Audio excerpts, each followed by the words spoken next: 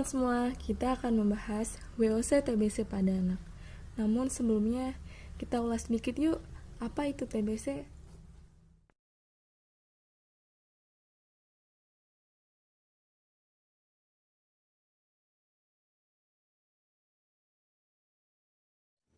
Oke, kembali ke topik utama ya, saya akan menjelaskan WOC-nya. Pada anak-anak yang terdiagnosa TBC, biasanya terdapat dahak yang mengandung basil TBC, Mycobacterium tuberculosis. Dahak ini mengakibatkan batuk serta bersin, lalu dihirup masuk ke paru-paru. Mycobacterium ini akan menetap, sehingga menjadikan imunitas tubuh menurun. Adapun faktor-faktor yang mempengaruhi imunitas tubuh menurun, ada faktor dari luar dan faktor dari dalam. Faktor dari luar itu ada faktor toksik, alkohol, rokok, sosial ekonomi, tempat penderita TBC, dan lingkungan yang buruk. Dari faktor luar itu tersebut karena adanya kurang informasi dan kurang pengetahuan di masyarakat. Faktor dari dalam itu sendiri ada usia muda dan juga gizi buruk. Pada saat imunitas tubuh anak ini menurun, sangat beresiko tinggi dalam penyebaran kuman. Oke, sampai di sini. Selanjutnya akan dijelaskan oleh teman saya. Saya di sini akan menjelaskan pemeriksaan penunjang, penata laksanaan, dan komplikasi pada tuberkulosis. Sebelumnya, tuberkulosis itu sendiri adalah penyakit infeksi yang disebabkan oleh Mycobacterium tuberculosis. Pemeriksaan penunjang pada tuberkulosis ini sendiri antara lain yang pertama, foto rongsen dada. Yang kedua, pemeriksaan laboratorium meliputi pemeriksaan laboratorium pada darah pasien. Yang kedua, pemeriksaan laboratorium pada dahak atau sputum pasien. Selanjutnya adalah penata laksanaan tuberkulosis. Pengobatan tuberkulosis biasanya dilakukan selama 6 bulan atau paling lama 9 bulan.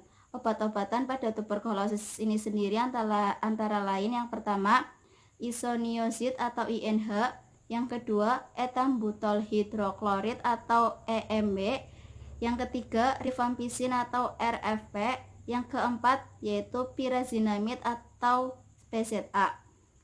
Selanjutnya yaitu komplikasi pada tuberkulosis. Komplikasi yang dapat terjadi pada penyakit tuberkulosis ini sendiri antara lain yang pertama, kerusakan tulang sendi, yang kedua, kerusakan otot, yang ketiga, kerusakan hati dan ginjal, yang keempat, gangguan mata, dan yang terakhir, resistensi kuman. Nah, selanjutnya akan disampaikan oleh teman saya. Selanjutnya ada gangguan pada pleura. Yang pertama itu menyebabkan infiltrasi pada paru. Yang kedua itu terjadi gesekan. Nah, biasanya terjadi pada saat inspirasi maupun ekspirasi. Selanjutnya ada nyeri dada. Nyeri dada ini biasanya seperti tertusuk benda asing atau tajam. Kemudian ada nyeri akut. Bisa diambil tindakan. Yang pertama itu melakukan pengajian nyeri. Yang kedua itu mengendalikan faktor lingkungan yang dapat mempengaruhi respon pasien.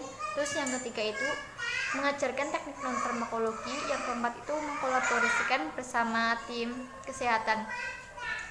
Selanjutnya ada gangguan pada infiltrasi bagian paru. Yang pertama itu ada sesak nafas. Nah, biasanya di mana kondisi paru dan jantung itu tidak stabil. Terus ada distress pernapasan karena cairan yang menumpuk di kantung udara. Terus yang ketiga itu resiko kerusakan pertukaran gas karena kelebihan atau kekurangan oksigen. Bisa diambil tindakan. Yang pertama itu mengobservasi fungsi pernapasan, catat frekuensi pernapasan. Yang kedua itu memberikan posisi yang aman untuk pasien. Yang ketiga itu menjelaskan kepada keluarga klien bahwa itu adalah yang terbaik. Yang keempat itu mengkolaborasikan bersama tim medis. Pada pembentukan patang TB akan terjadi gangguan pada bronkus, pleura, dan terjadi infiltrasi bagian paru. Saya akan menjelaskan gangguan pada bronkus. Bronkus dapat menyebabkan iritasi, peradangan pada bronkus, batuk, serta sekret kental. Di peradangan bronkus terdapat dua gangguan, yaitu maliase dan pembuluh darah pecah. Pada maliase dapat menyebabkan anoreksia, serta dapat menyebabkan berat badan menurun, dan didapatkan diagnosa nutrisi kurang dari kebutuhan. Pada pembuluh darah pecah dapat menyebabkan batuk berdahak dan didapatkan diagnosa bersihan jalan nafas.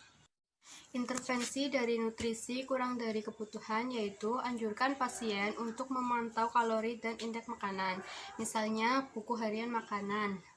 Atur diet klien, ciptakan lingkungan yang optimal pada saat mengonsumsi makanan. Kolaborasi dengan dokter dan ahli gizi.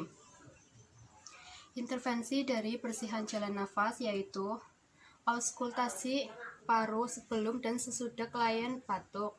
Berikan perawatan mulut yang baik setelah batuk. Ajarkan klien tentang metode yang tepat pengontrolan batuk. Kolaborasi dengan tim kesehatan lain, misalnya dokter, radiologi, fisiologi, serta farmakologi. Sekian presentasi online dari kami. Kalau ada kekurangan, kami mohon maaf. Stay home and stay healthy everyone.